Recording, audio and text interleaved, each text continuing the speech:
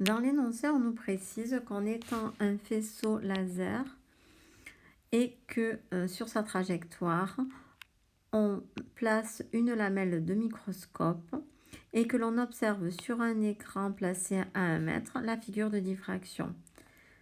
Il faut donc dessiner une source laser avec la lamelle de microscope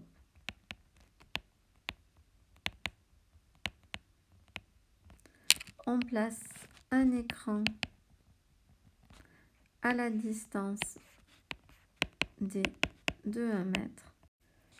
On repère la largeur de la tâche centrale, petit d, et on trace l'écart angulaire θ.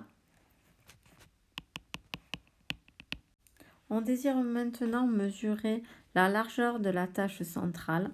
La tâche centrale est ici.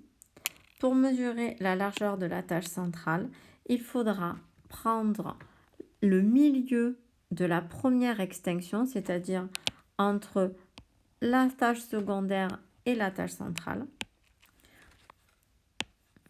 ici, et là, et on mesure avec la règle. On nous dit que l'échelle utilisée ici est x 10. Ça veut dire que la distance que l'on mesure avec sa règle est 10 fois plus grande que la dimension réelle.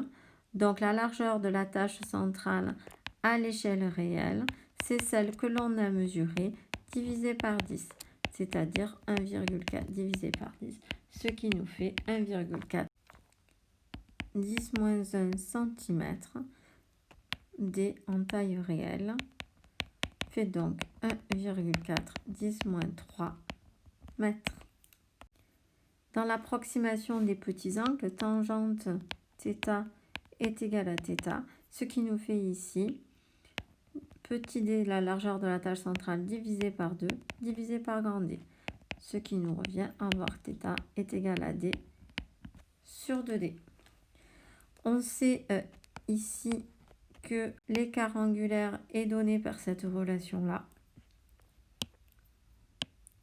Donc on aura θ qui est égal à 1,22 fois lambda divisé par A. Mais θ est aussi égal à 2D sur 2D. On a un système d'équations. On va pouvoir écrire que lambda sur A fois 1,22 est égal à D sur 2D.